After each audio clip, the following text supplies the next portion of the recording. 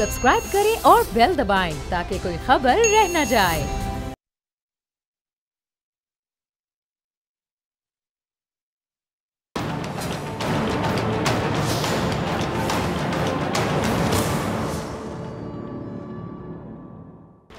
अस्सलामुअलैकुम नाज़रीन, मैं हूं डॉक्टर फ़िज़ा अकबर खान और मैं हूं पाकिस्तान और आप देख रहे पाकिस्तान के सबसे बड़े न्यूज़ चैनल का नंबर 1 प्रोग्राम ऐसे नहीं चलेगा।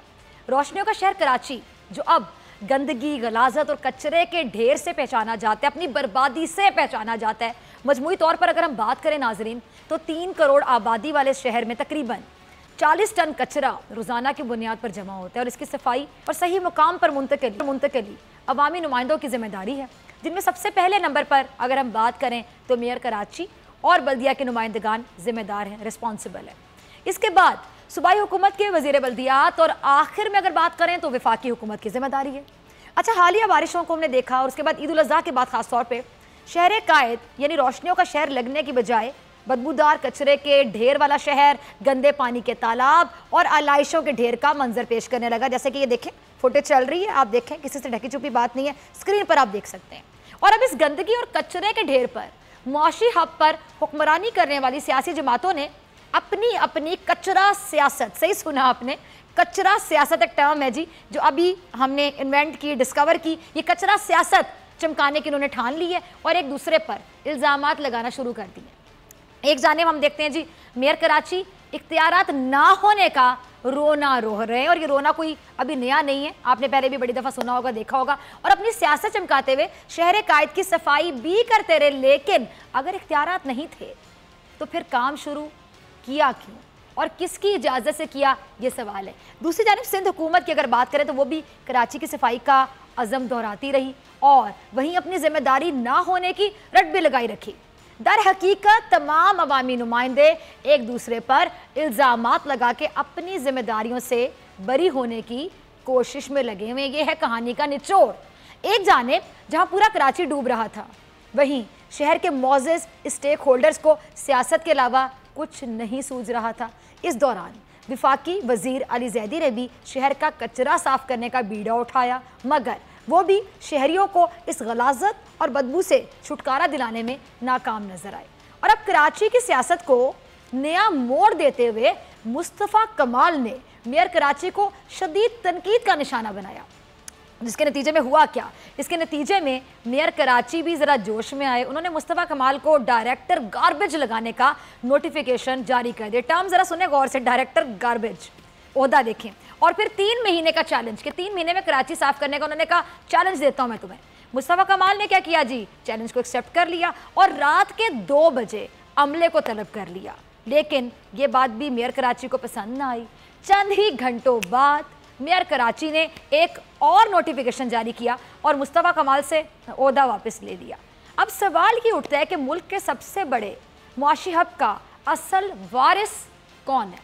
कौन है जो करेगा कराची की जिंदगी को साफ?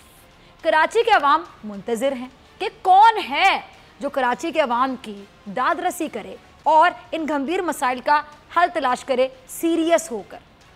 इन तमाम सवालात के जवाबात लेने और जो असल मंजरनामा करने के लिए हमने इस शहर के तमाम स्टेक होल्डर्स को अपने प्रोग्राम में आज मदऊ किया। हमारे साथ हमारे शो में मौजूद होंगे सरबराह PSP मुस्तफ़ा कमाल साहब और साबिक मेयर कराची भी हमारे साथ, जो कि पहले रह चुके हैं, नाजिम रह चुके हैं, और मौजूदा मेयर जो कराची के वसीम अख्तर साहब वो भी हमारे साथ मौजूद होंगे, और वज़ीर आला सिंध के तर्जुमान मुर्तज़ा वहाब भी हमारा साथ देंगे। कुछ पब्लिक ओपिनियन भी हमारे साथ मौजूद होगा, लोगों का क्या कहना है, उनकी राय भी आपके साथ शेयर करेंगे, और हलीम आदिल शेख साहब की राय भी हम आपके साथ शेयर करेंगे। सबसे पहले मुस्तफ़ा कमाल साहब, मैं आपकी तरफ आना चाहूँगी और आपसे मैं सवाल पूछना चाहूँगी। मेयर कराची तो ये कहते हैं कि आपको जो इख्तियार दिए गए हैं आप उनसे तजावुज कर रहे हैं। आपको तो रात 2 बजे मीटिंग बुलाने का इख्तियार भी नहीं था, क्या कहेंगे मुस्तफ़ा साहब? ये अब लोग जाने और उनका काम जाने, लोग अब इस पर फैसला करें कि मुझे रात में मीटिंग बुलानी चाहिए नहीं बोला। मैं तो भाई रात और दिन काम करना था, काम करना है। मैं तो रात में भी मीटिंग बुलाऊंगा, दिन में भी मीटिंग बुलाऊंगा, 24 घंटे काम करूंगा। और अगर मेयर साहब रात में अगर कुछ नोश फरमा कर सो जाते हैं तो उसमें मेरी गलती नहीं है। मुझे अगर चार्ज दिया है तो मैं तो राउंड द क्लॉक काम करूंगा, और मैंने पहले भी कराची को रातों में जाग कर बनाया है। और अभी तो लोग मर रहे हैं, बच्चे मर रहे हैं, बीमारियां हो रही हैं, तो मैंने तो रात दिन जाग कर ही काम करना है सड़कों पर। बड़ी अच्छी बड़े अज़म की बात है, रात दिन जाकर काम करना। अच्छा, आपको जो चंद घंटे मिले मुस्तफ़ा साहब, जरा बताइए इन चंद घंटों में ये जो मुतालिका इदारे हैं इनका रिस्पांस आपको कैसा मिला? मुताल्लिक़ा इदारे तो नहीं, मुझे तो तमाम पाकिस्तान कराची भर के तमाम लोगों ने, हर तरह के लोगों ने मुझे कॉलें की हैं, मुझे अपनी सपोर्ट बताई है। लेकिन मैं तो डिस्ट्रिक्ट गवर्नमेंट जिनके पास ये इख्तियारात वसाइल हैं, मैं तो उनके रिसोर्सेज को एक जगह जमा करके मैं उससे काम करता। अगर ये चीज़ें अगर कंटिन्यू होती और 3 महीने में शहर साफ़ हो जाता। और इन्होंने ये नोटिफिकेशन मेरे विड्रॉल का, ये मेरी विड्रॉल का नोटिफिकेशन है, ये शहर को गंदा रखने का नोटिफिकेशन है, ये अपनी करप्शन को कंटिन्यू रखने का नोटिफिकेशन है। अच्छा, अब आप क्या सोचते हैं, आपके ख्याल में ये जो अचानक से मेयर कराची ने पहले नोटिफिकेशन निकाला, फिर अचानक से आपको सस्पेंड भी कर दिया, कुछ समझ आया या बिल्कुल नहीं आया? और वो जो वजह बता रहे हैं उसको सॉरी टू से ज़हन एक्सेप्ट नहीं कर रहा। डर गए वो हमसे, वो डर गए कि कहीं ये शहर मुस्तफ़ा कमाल तो साफ़ ही कर देगा शहर, और मुस्तफ़ा कमाल के कामों का लोगों को पता है, इनको भी पता है, और इन्हीं रिसोर्सेज में साफ़ कर देगा तो हम कहाँ किसको मुंह दिखाएंगे, फिर ना पैसे बनेंगे और फिर लोगों को क्या बताएंगे कि भाई जब मुस्तफ़ा कमाल साफ़ कर सकता है शहर को, कचरा उठा सकता है इन्हीं वसाइल में, तो आप तो फिर इसका मतलब है इतने सालों से करप्शन करते चले आ रहे हैं, आप भी कर सकते थे। तो ये एक्सपोज हो गए, इस डर से इन्होंने ये दूसरा नोटिफिकेशन निकाला। आपने जो प्रेस कॉन्फ्रेंस की इसमें आपने ये भी बोला, आपने कहा कि जी इनके पास वसाइल हैं, लेकिन क्या आज भी वही वसाइल हैं जो आपके दौर में आपके पास थे? जी, लोकल गवर्नमेंट के हवाले से जो सॉलिड वेस्ट मैनेजमेंट का डिपार्टमेंट है वो तो पूरा इनके पास इंटैक्ट है। 4 डिस्ट्रिक्ट ये जीते हुए हैं और सिटी गवर्नमेंट इनके पास है, तो डिस्ट्रिक्ट और सिटी मिलाकर सब कुछ इनके पास है जो पहले था। ठीक, ये जो सिंध हुकूमत है इसने इख्तियारात मेयर को दिए हुए हैं, इस तरह बड़ा एक ऐसा सवाल है जो कंफ्यूज करता है लोगों को, क्लियर कीजिएगा। और क्या सिंध हुकूमत बिल्कुल बरी ज़ुमाइश का इसमें कोई किरदार नहीं है? नहीं, देखिए, सॉलिड वेस्ट मैनेजमेंट के हवाले से सिंध हुकूमत का कोई किरदार नहीं। उन्होंने 2 डिस्ट्रिक्ट साउथ और मलीर उनके पास है जो उन्होंने सॉलिड वेस्ट मैनेजमेंट बोर्ड बनाए रखा है, और 2 डिस्ट्रिक्ट तो एमक्यूएम के डिस्ट्रिक्ट ने खुद से अपने हाथ से दिए हैं। वो तो सिंध गवर्नमेंट वाले कहते हैं आप जब चाहें वापस ले लें, एक रेजोल्यूशन की मार है, और वो तो उन्होंने खुद से दे रखे हैं। तो 6 में से 4 डिस्ट्रिक्ट में एमक्यूएम की हुक्मरानी है, वहाँ पर कचरा उठाना, सॉलिड वेस्ट मैनेजमेंट कचरा उठाने का 100% उसकी जिम्मेदारी कचरा उठाने की मेयर की और तमाम डिस्ट्रिक्ट मेंबरान की, इसमें कोई किसी की मदाखलत नहीं है। ठीक है, अच्छा आपसे आखिरी सवाल है क्योंकि आपके पास भी वक्त की कमी थी, आपने कहा। अच्छा मुस्तफ़ा कमाल साहब, आखिरी सवाल ये कि जी कराची की आवाम को आप अब क्या पैगाम देना चाहेंगे हमारे प्रोग्राम के थ्रू? और आवाम सबको आजमा कर बड़े अफसोस के साथ कहूँगी हार चुके हैं, बेबस हैं आवाम, डिसअपॉइंटेड है, मायूस हैं, कुछ हासिल नहीं हो रहा। आखिर अब अगर हल ना निकला, अब भी ना निकला, तो आवाम का जो गुस्सा है और एहतजाज है वो किस जानिब जाता आपको दिखाई देता है, किस संफ में जाता दिखाई देता है? जी, हम लोगों को ने देख लिया कि भाई ये शहर का बदख्वाह कौन है, शहर का दुश्मन कौन है, और अब लोग एहतजाज, अगर हुक्मरान जो पाकिस्तान के चलाने वाले हैं और अगर उन्होंने कराची के मेयर और इनके डिस्ट्रिक्ट मेयर्स को लगाम ना दी, उनका नाम ई सेल में नहीं डाला, उनका एहतसाब नहीं किया, उनसे पूछ गुछ नहीं की, उनकी करप्शन नहीं रोकी, तो फिर कराची के लोग अब जो पुरअमन एहतजाज कर रहे हैं, ये पुरअमन एहतजाज खुदा न खास्ता किसी और रुख ना अख्तियार कर ले। ठीक है जी, खुदा ना ख्वास्ता कोई और रुख इख्तियार ना कर ले। ठीक है जी, मुस्तफ़ा कमाल साहब बहुत शुक्रिया वक्त देने के लिए। इनके पास ज़रा वक्त की कमी थी, वरना आपसे और गुफ्तगू करते और भी बहुत कुछ पूछते, लेकिन काम की बातें तो थी, आपने बताई, तमाम लोगों तक आपका मौके पहुंच गया। अच्छा जी, हमारी टीम ने वसीम अख्तर साहब को लाइन अप करने की बहुत कोशिश की नाजरीन, लेकिन वसीम अख्तर साहब टाइम नहीं दे सके और क्या वजह थी, या वो टाइम नहीं देना चाहते, या मौक़िफ़ नहीं देना चाहते, या इस मामले को अभी फेस नहीं करना चाहते। खैर ये वजह वही बता सकते हैं। लेकिन वसीम अख्तर साहब, हम तो अपने मखसूस अंदाज में आपको ये भी कहेंगे कि अगर ऐसे करना था तो फिर वैसे नहीं करना था, या फिर टू कट शॉर्ट, ऐसे कब तक चलेगा? ऐसे वाकई नहीं चलेगा। कुछ सवालात हैं जो मैं अब आपसे पूछूंगी, और यकीनी तौर पे हमारा प्रोग्राम आप तमाम लोग देखते हैं, बड़े शौक से देखते हैं, तो आप तक ये सवालात ज़रूर पहुंचेंगे। जब आपका मूड हो, मूडी बंद है आप, जारी बात है, नोटिफिकेशन जारी करते हैं, फिर आप नोटिफिकेशन रातों रात चेंज कर देते हैं, वापस ले लेते हैं। कभी आप किसी को एक जिम्मेदारी देते हैं, जारी बात है सोच समझ के दी होगी, फिर आप घंटों में यू टर्न लेते हैं, रिवर्स गियर लगाते हैं, और आप कहते हैं नहीं नहीं नहीं भाई, मैं तो ये जिम्मेदारी नहीं दे रहा। तो मूडी बंदे, अगर कभी मूड हो और जवाब देना चाहिए हमारे सवालों का, तो आप दे सकते हैं। ये प्लेटफॉर्म भी हाजिर होगा आपके लिए, इस प्लेटफॉर्म पे जब आके जवाब देना चाहिए दे सकते हैं, वरना बाकी प्रेस कॉन्फ्रेंसेस के जरिए तो आप लोग जवाब देते रहते हैं, कुछ ऐसी बातें भी करते रहते हैं जो शायद पूछी नहीं होती किसी ने। अच्छा जी, वसीम अख्तर साहब से मेरा पहला सवाल ये, वसीम अख्तर साहब, आपने मुस्तफ़ा कमाल को चंद घंटे में ही मुअत्तल कर दिया।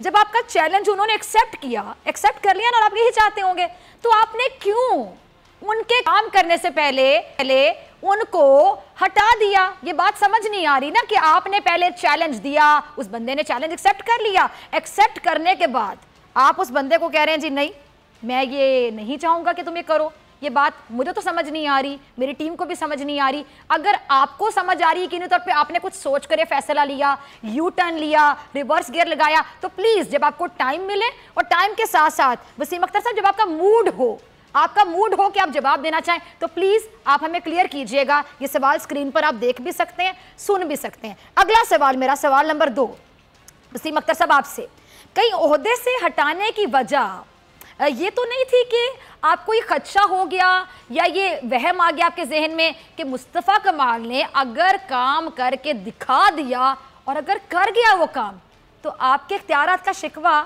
आपके गले पड़ सकता है? क्योंकि बहुत से लोगों के जहन में सवाल आ रहा है, गर्दिश कर रहा है, जवाब बहरहाल आप ही दे सकते हैं कि आपके जहन में क्या चल रहा था। मेरा तीसरा सवाल वसीम अख्तर साहब आपसे ये है कि आपको मुस्तफ़ा कमाल साहब को मौका देना चाहिए था, और अगर वाकई इख्तियारात का मसला था, बल्कि मैं आपको थोड़ा सा अपनी राय भी देना चाहूँगी कि आपको उनको मौका भी देना चाहिए था, और अगर वाकई इख्तियारात का मसला था तो उनको फेल होने देते, फेल हो जाते, मार खा जाते। जहाँ तक अमले से दिन रात काम करवाने का जो मामला है, तो उस पर आपको क्यों एतराज़ था?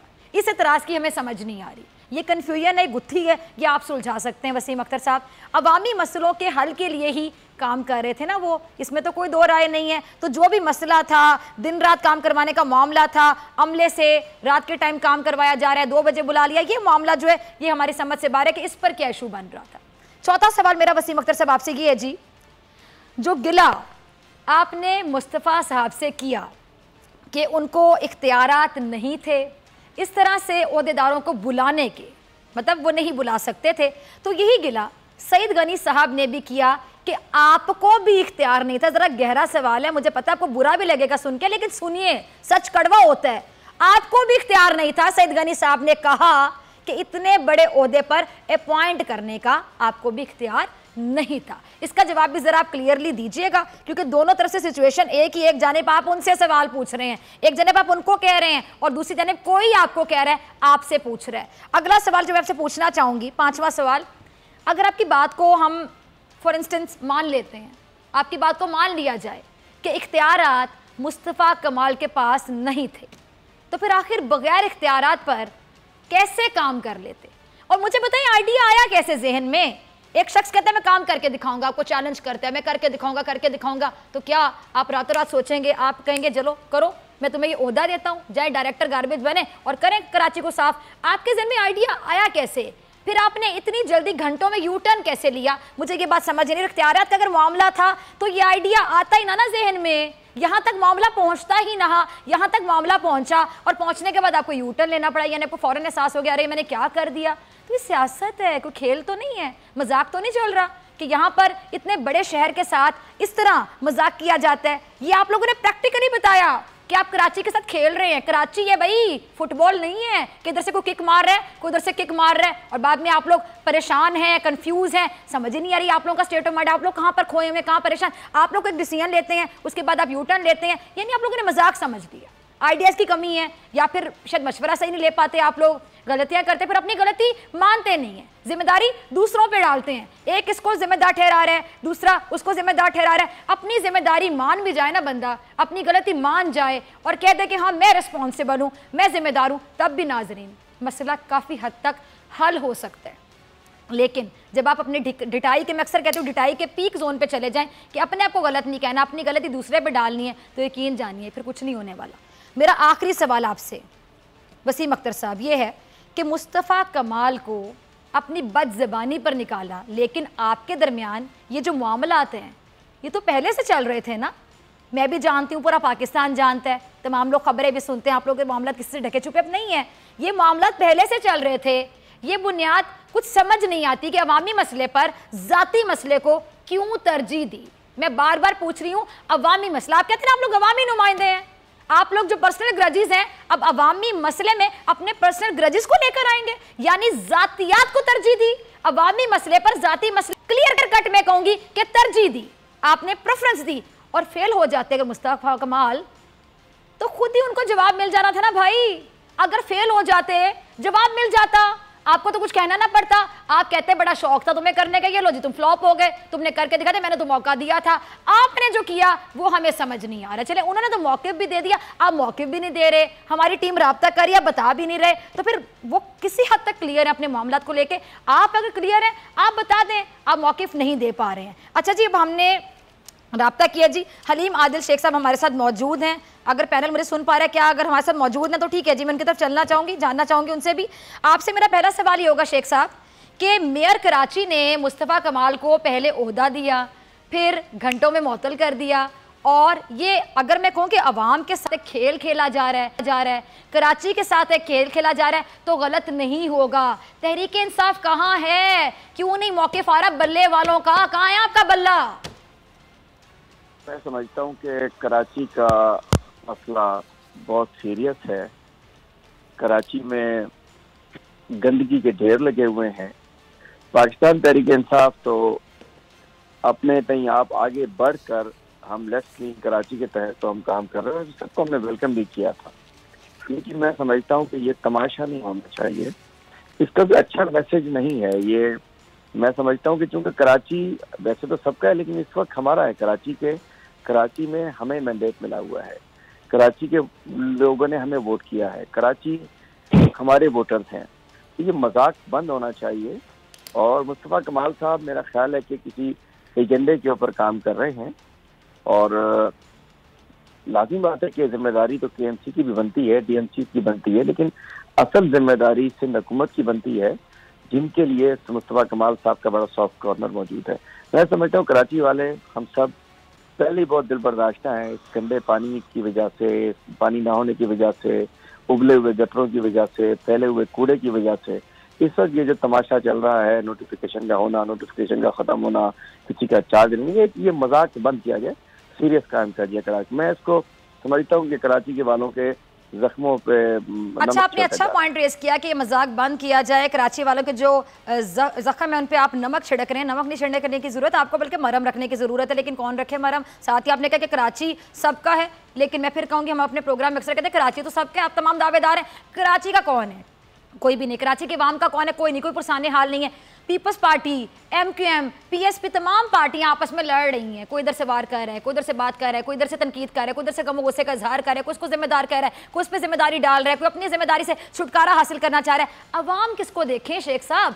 कोई अवाम का पुरसाने हाल है? तहरीक इंसाफ भी हम देखते हैं मंजरनामे से मुंह मोड़कर बैठ जाती है, जैसा कि आपने भी कहा, मुझे माजर के साथ कहूँगी, मुझे बुरी लगी आपकी बात कि आपने कहा कि जी जो एजेंडा है वो किसी एजेंडे पे काम कर रहा है। सबसे आसान होता है कि कोई बात अगर कर रहे काम कर रहा है उसको कह दो कि भाई वो तो किसी एजेंडे पे काम कर रहे हैं, वो एजेंडा कौन सा है? ये एजेंडा भी समझ नहीं आता कि कहाँ से आ रहा है।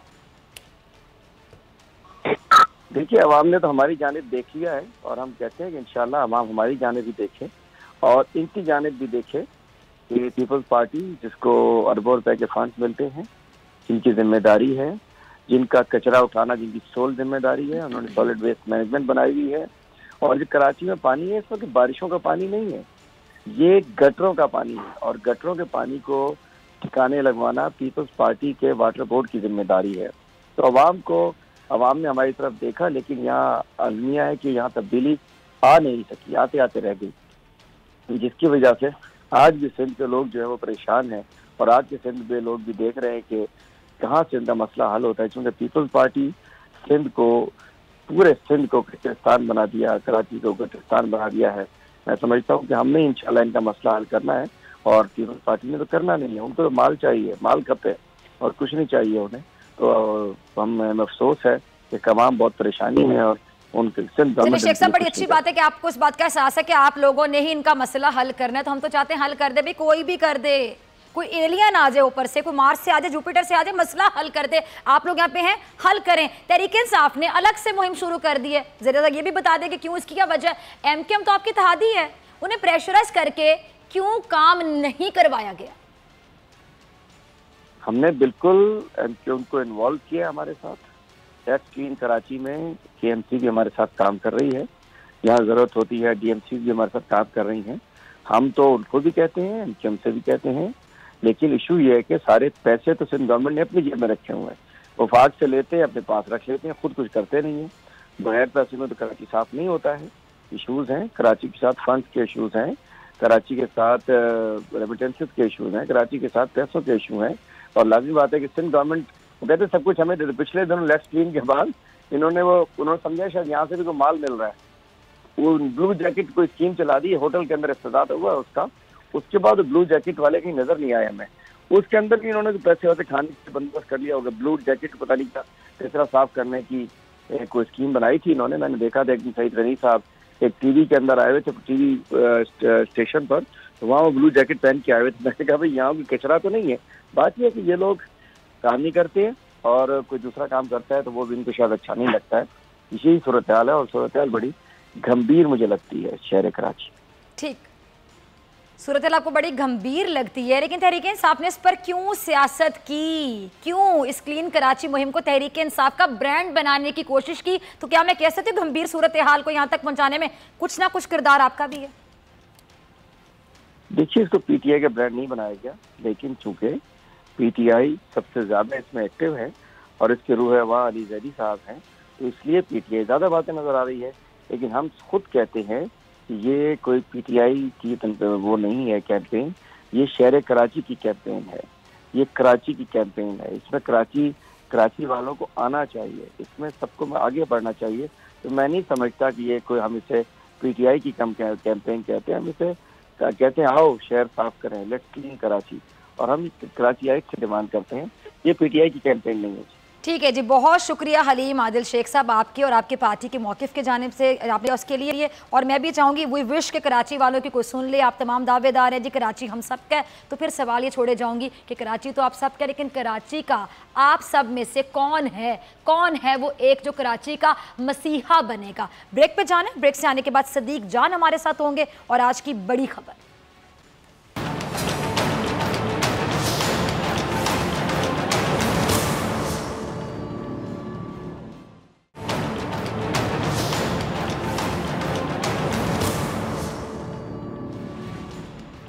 नाज़रीन, आप देख रहे हैं ऐसे नहीं चलेगा। मैं हूं आपके साथ डॉक्टर फ़िज़ा अकबर खान। ब्रेक पे जाने से पहले हमने तफसीली बात की, मुस्तफ़ा कमाल साहब से भी बात की, और मेयर कराची जो कि हमें वक्त नहीं दे रहे थे, लेकिन उनसे बेशुमार सवालात थे जो हमने पूछ लिए, उन तक पहुंचा दिए। इसके साथ साथ हमने हलीम आदिल शेख साहब का भी मौक़िफ़ आपको पहुंचाया। पीटीआई का क्या मौक़िफ़ है सारे मामले पर, आवाम क्या कहती है?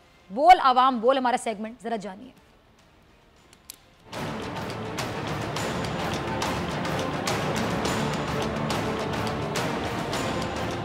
बॉस देखेंगे जो मामलात हो रहे हैं इससे गरीब का कोई फ़ायदा नहीं है।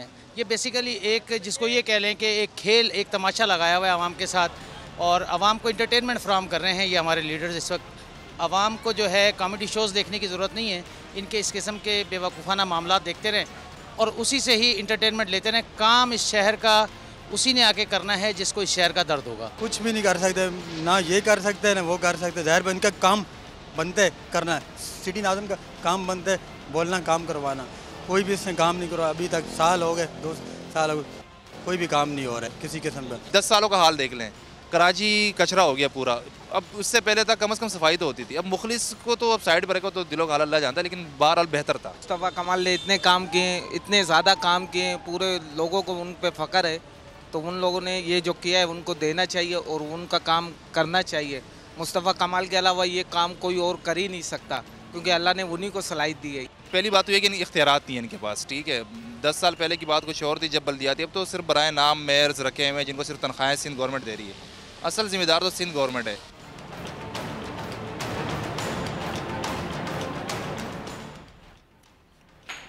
जी, तो अवाम की राय आपने जानी बोल अवाम बोल में। अब हमारी एक्सक्लूसिव और बड़ी खबर जो कि सदीक जान हमारे प्रोग्राम में ब्रेक करते हैं, तो खबर आपके साथ शेयर करो, फिर सदीक आपकी तरफ आऊँगी। जाली बैंक अकाउंट्स और जो मनी लॉन्ड्रिंग केस है नाज़रीन, इसकी तहकीकात की रफ्तार सुस्त रवि का शिकार हो चुकी है। आसिफ अली जरदारी के मुबैना मनी लॉन्ड्रिंग केस में 8 महीने में सिर्फ 5 रेफरेंसेस दायर हो सके हैं और सबूत मौजूद होने के बावजूद दस्तावेजात भी रिकॉर्ड पर हैं, लेकिन मजीद रेफरेंसेस दायर नहीं हो सके। ये सवाल है कि क्यों नहीं हो सके। JIT ने जाली बैंक अकाउंट्स केस में 16 रेफरेंसेस दायर करने की सिफारिश भी की थी और अहलियत और सलाहियत का मामला है या नैब के पास काम ज्यादा होने की वजह से मजीद रेफरेंसेस दायर नहीं हो सके। ये तो तमाम सवालात हैं, इनका जवाब लेंगे सदीक जान से। सदीक, आपकी तरफ आना चाहूंगी, आखिर क्या मसला है जी? आसिफ अली जरदारी साहब के खिलाफ हम देखते हैं जी कि सबूत भी मौजूद हैं, उनके खिलाफ इतने सारे केसेस हैं, इस हिसाब से जो रेफरेंसेस हैं ये तो फिर दायर होने चाहिए थे और बहुत ज्यादा, लेकिन इतनी सुस्त रवि का ये जो शिकार हो गया मामला, क्या वजह है? बड़ा शोर सुनाई दे रहा है, कुछ लोग कहते हैं डील होने जा रही है, आपके पास क्या खबर है? जी बिल्कुल, जो आपने आखिर में बात की, हमारा भी यही सवाल है कि ये जो शहर इक़्तिदार में और बहुत सारी जगहों पे ये बात हो रही है कि शायद आसिफ अली जरदारी साहब की कोई डील होने जा रही है, लेकिन बड़ा सवाल तो ये है कि आसिफ अली जरदारी साहब के ख़िलाफ़ तमाम दस्तावेज़ात मौजूद हैं, सबूत मौजूद हैं, उसके बावजूद अभी तक उनके खिलाफ सिर्फ 2 रेफरेंस, जिसमें वो मरकजी मुलजिम हैं। इसके अलावा जो रेफरेंस हैं उसमें उनके दोस्त तो हैं, उनके फ्रंटमैन तो हैं, लेकिन सिर्फ 2 ऐसे रेफरेंसेस हैं जिसमें वो मरकजी मुलजिम हैं। अगर मैं आपको इस केस के बारे में बताऊं कि सुप्रीम कोर्ट ने दिसंबर के एंड में इसका फैसला सुनाया था, जनवरी के शुरू में ही सुप्रीम कोर्ट ने तफसीली फैसला जारी कर दिया था। 8 माह गुजर चुके हैं। नैब को ये कहा गया था कि नैब 2 माह के अंदर अंदर JIT की जो रिपोर्ट है उसका असर-ए-नौ जायज़ा लेकर और रेफरेंस दायर करे। नैब ने अभी तक सिर्फ और सिर्फ 5 रेफरेंस इसमें दायर किए हैं। अब ये देखना होगा कि वो JIT जिसने सिर्फ 3 माह के अंदर अंदर इतना रिकॉर्ड इकट्ठा कर लिया था, इतने दस्तावेजात जमा कर लिए थे, इतने सबूत इकट्ठे कर लिए थे कि उन्होंने 16 रेफरेंसेस दायर करने की सिफारिशात दी थी। और उस वक्त JIT ने सुप्रीम कोर्ट को ये बताया था कि ये जो JIT जो कुछ निकाल कर लाई है आसिफ अली जरदारी और उनके फ्रंटमैन के खिलाफ, ये टिप ऑफ द आइसबर्ग है। उन्होंने कहा जब इसमें तहकीकात आगे बढ़ेंगी तो इससे खौफनाक इंकशाफात होंगे और बहुत सारी चीज़ें सामने आएंगी।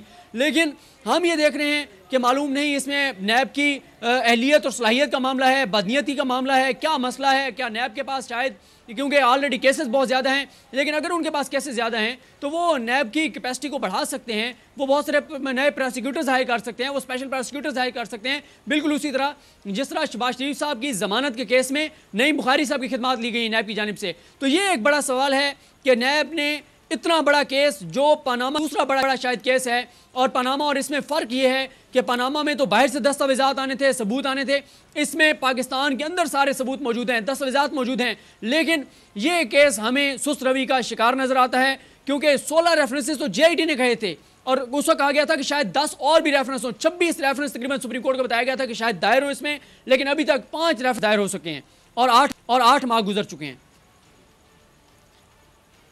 ठीक है जी, 8 माह गुजर चुके हैं, लेकिन रेफरेंसेस जो है दायर हो रहे हैं, बड़ी सुस्त रवि का शिकार है। अच्छा, मैं ये भी जानना चाहूँगी कि बिलावल ने ये भी कहा सदीक जान कि जरदारी की जान को खतरा है, यानी बिलावल को लगता है कि उसके बाप की जान को खतरा है, जबकि आसिफ अली जरदारी साहब के बकौल जेल उनका दूसरा घर है। अब सवाल ही आता है जहन में कि भला अपने घर से किसी को कैसे खतरा हो सकता है?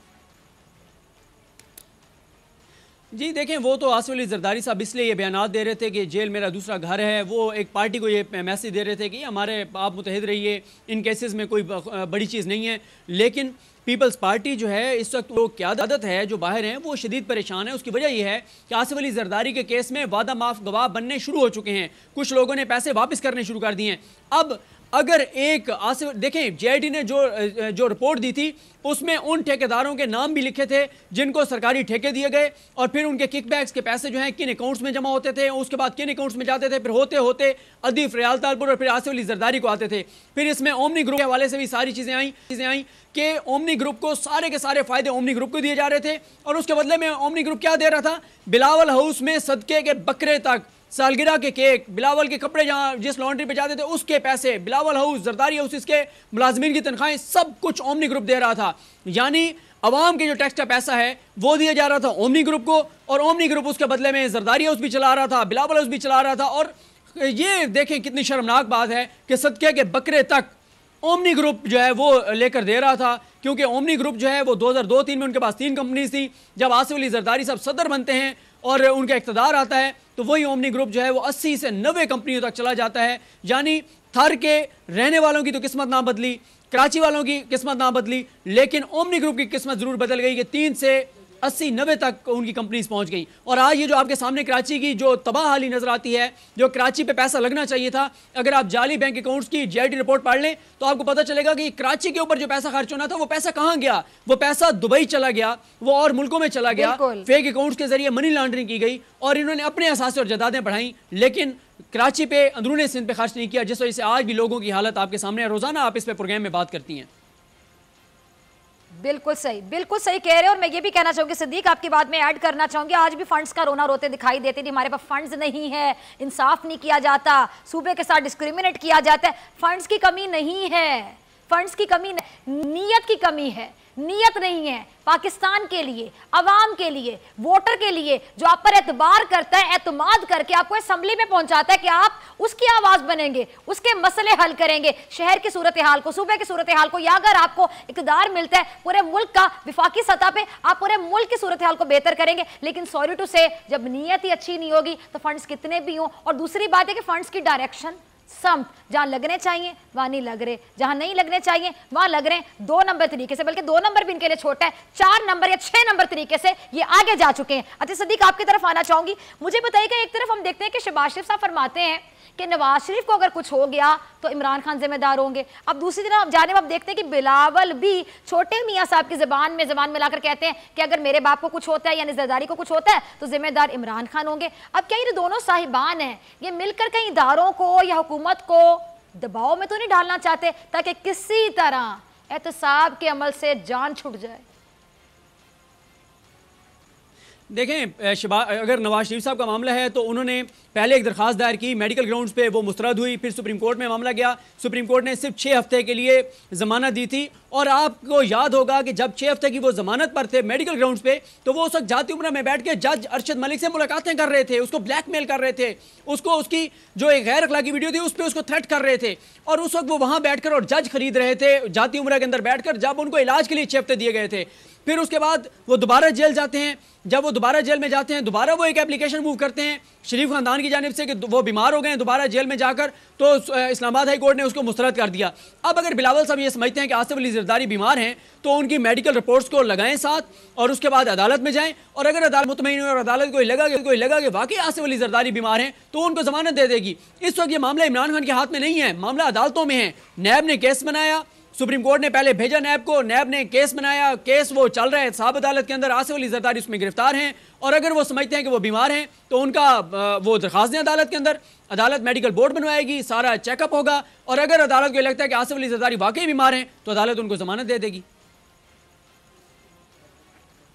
अच्छा सिद्दीक, आपको नहीं लगता कि लाइटर नोट पे बात करना चाहूँगी, आखिर ये क्या वजह है कि जिसका भी केस खुलता है या जिसका भी हम देखते हैं कि जो कारनामे होते हैं जब मंजर आम पर आते हैं, एक्सपोज होने जाता है या आधा एक्सपोज हो चुका होता है, इदारे पकड़ के लेके जाते हैं, सवाल जवाब पूछे जाते हैं, फिर ताउन भी नहीं कर रहे तो तहकीकात में, तो मुझे बताएं कि उनको बीमारियाँ क्यों आ घेरती हैं?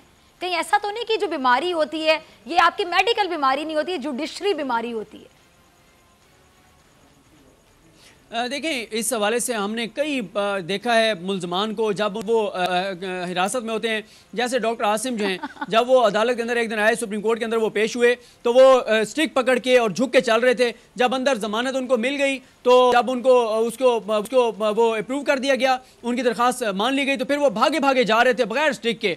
फिर इसी तरह आप देख लेना, हमारे पास माजी करीब में एक ही मिसाल मिलती है, वो है मियां मोहम्मद नवाज शरीफ की। जब उनको 6 हफ्ते की जमानत दी गई तो 6 हफ्ते में इलाज कराने की बजाय वो क्या कर रहे थे जाती उम्र में बैठ के। ये चीज़ें होती हैं, बीमार शख्स ये करता है।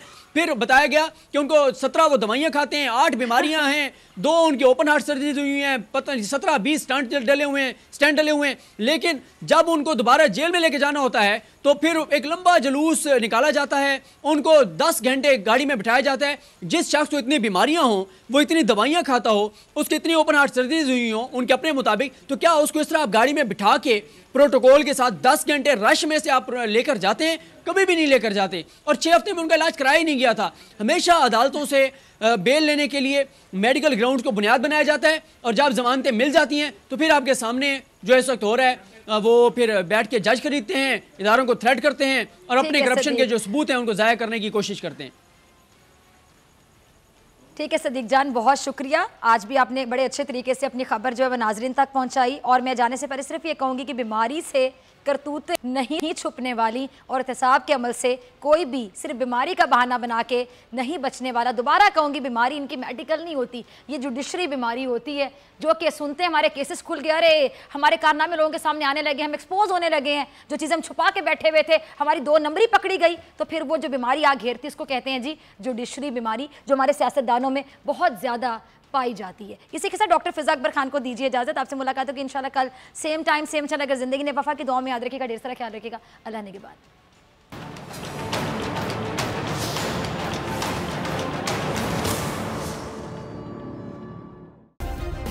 सब्सक्राइब करें और बेल दबाएं ताकि कोई खबर रह न जाए।